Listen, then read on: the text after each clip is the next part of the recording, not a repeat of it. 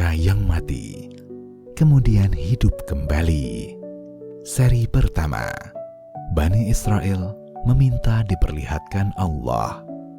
Di dalam Al-Quran, di surat Al-Baqarah, terdapat 5 peristiwa yang luar biasa. Peristiwa yang menunjukkan bahwa Allah Subhanahu wa Ta'ala adalah penguasa alam semesta.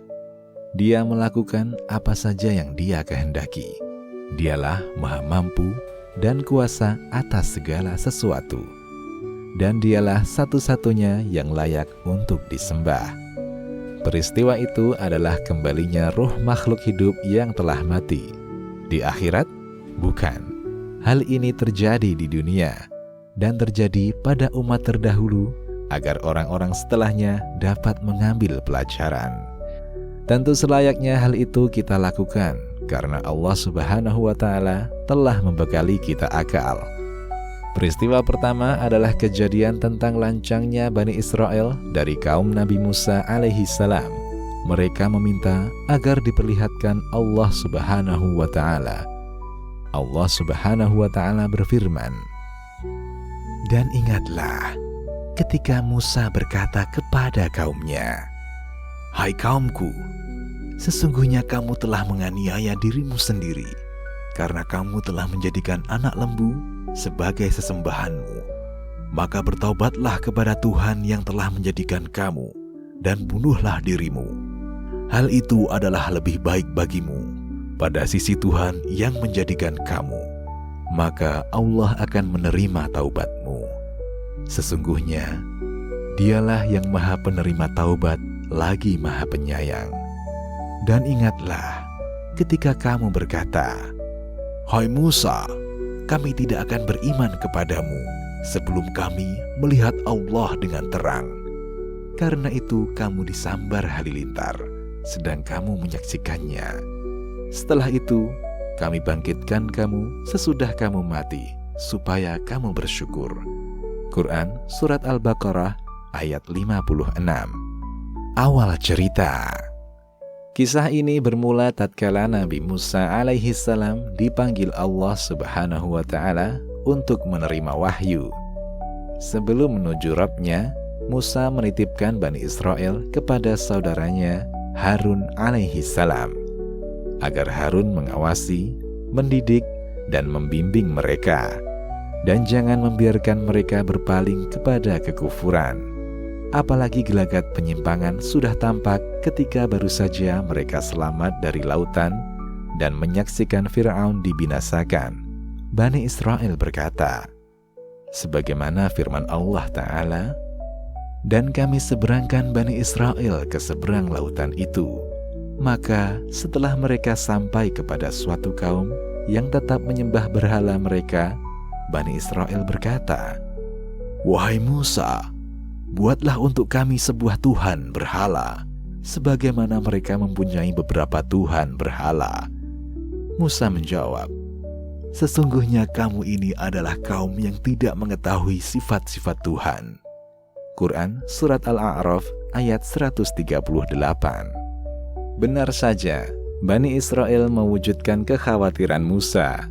Nikmat besar dari Allah Subhanahu wa Ta'ala, diselamatkan dari Fir'aun, terlupa begitu saja. Tampillah seorang dari kaum Nabi Musa yang bernama Samiri.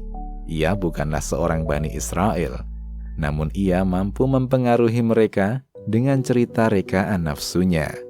Samiri mengajak Bani Israel menyembah sebuah berhala emas yang berbentuk sapi.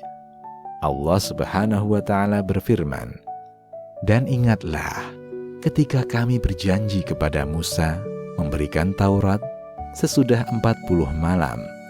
Lalu kamu menjadikan anak lembu sebagai sesembahan sepeninggalnya, dan kamu adalah orang-orang yang zalim." Quran Surat Al-Baqarah ayat 51. Saat Bani Israel lari dari Fir'aun, sebagian mereka mencuri emas dari negeri Mesir. Lalu setelah melintasi laut, Musa memerintahkan agar membuang emas What does tersebut God's throne karena really harta look itu like? tidak halal untuk Have you ever mereka. wondered what God's throne truly Allah looks like? Subhanahu wa The Ta'ala Bible mengabadikannya dalam firman-Nya. Mereka berkata, "Kami sekali-kali tidak melanggar perjanjian-Mu dengan kemauan kami sendiri, tetapi kami disuruh membawa beban-beban dari perhiasan kaum itu, maka kami telah melemparkannya, dan demikian pula Samiri melemparkannya. Quran Surat Thaha ayat 87. Samiri mengumpulkan emas-emas tersebut dan menjadikannya patung sapi, sebuah patung yang apabila udara masuk lewat bagian belakangnya, maka akan keluar suara dari mulut patung sapi tersebut. Bani Israel pun takjub dengan benda tersebut. Samiri berkata kepada mereka, "Ini adalah Tuhannya Musa, Tuhan yang dia pergi untuk bertemu dengannya." Al-Khamis. Allah Subhanahu wa Ta'ala berfirman, kemudian Samiri mengeluarkan untuk mereka dari lubang itu anak lembu yang bertubuh dan bersuara. Maka mereka berkata, "Inilah Tuhanmu dan Tuhan Musa, tetapi Musa telah lupa." Quran Surat Thaha ayat 88. Subhanallah, alangkah cepatnya mereka tergelincir, padahal mereka telah menyaksikan kekuasaan Allah dengan indera mereka. Mata mereka melihat kejadiannya, telinga-telinga mendengar gemuruhnya, kulit-kulit mereka merasakan suasananya. Namun pengingkaran pun tetap terjadi. Demikian pula umat ini, umat yang telah diutus sebaik-baik utusan, Muhammad sallallahu alaihi wasallam, umat yang telah diterangkan kepada mereka Al-Quran.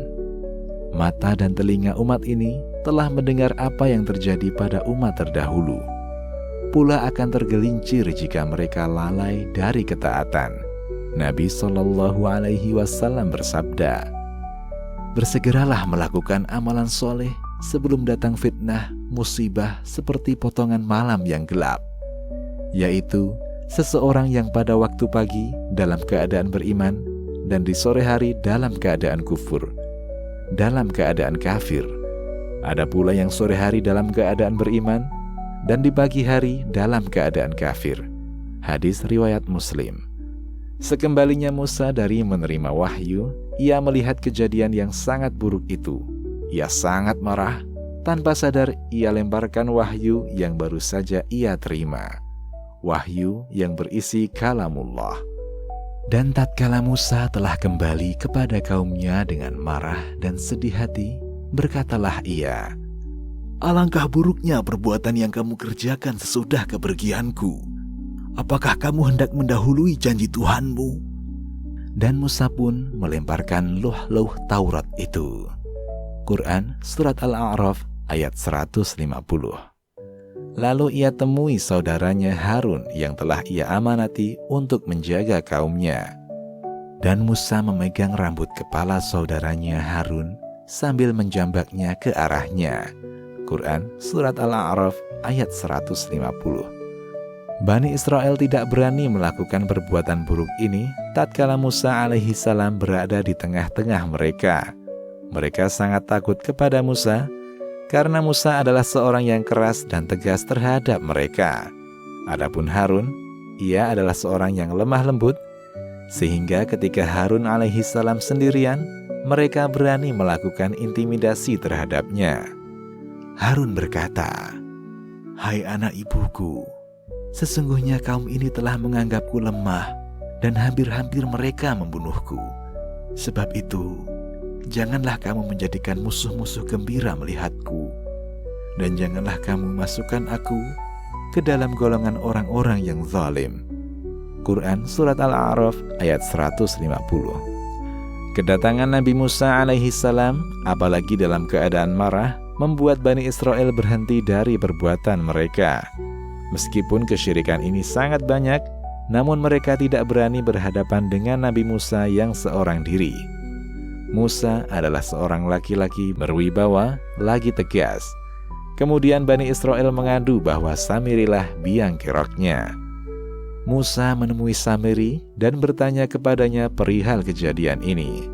Samiri menjawab, "Aku mengetahui sesuatu yang mereka tidak mengetahuinya. Maka aku ambil segenggam dari jejak Rasul, lalu aku melemparkannya, dan demikianlah nafsuku membujukku." Quran Surat Thaha ayat 96. Rasul itu adalah Jibril. Samiri melihat Jibril menunggang kudanya sesaat setelah Bani Israel keluar dari laut yang terbelah itu, saat Fir'aun dan tentaranya meregang nyawa ditelan gelombang. As-Sa'di: tahulah Musa apa yang sebenarnya terjadi, dan suara yang keluar dari patung lembu itu karena bekas yang ditinggalkan oleh kuda Jibril. Al-Khamis: kemudian Nabi Musa membakar berhala tersebut, patung sapi itu pun musnah. Bani Israel diperintahkan bertaubat. Mereka berkata, "Kami bertaubat, wahai Musa." Nabi Musa menjawab, "Bunuhlah diri kalian." Quran Surat Al-Baqarah ayat 54. Atas perintah Allah, datanglah gelap dan sirnalah cahaya. Lalu mereka yang bertaubat tadi pun saling berperang, saling membunuh. Ada yang menyebutkan hingga 70.000 dari mereka tewas terbunuh. Inilah taubat di sisi Allah untuk mereka, untuk dosa keji yang mereka perbuat setelah anugerah kemenangan atas Fir'aun. Patut kita bersyukur kepada Allah Subhanahu wa Ta'ala karena kita mendapat perlakuan istimewa. Umat terdahulu segera mendapat azab tatkala mereka kufur. Berbeda dengan umat Nabi Muhammad SAW, Allah Azza wa Jalla tunda azab kepada umat akhir zaman ini. Ada tangguh waktu untuk bertaubat. Jika mereka bertaubat, dosa mereka akan dihapuskan, dan bagi mereka pahala di akhirat.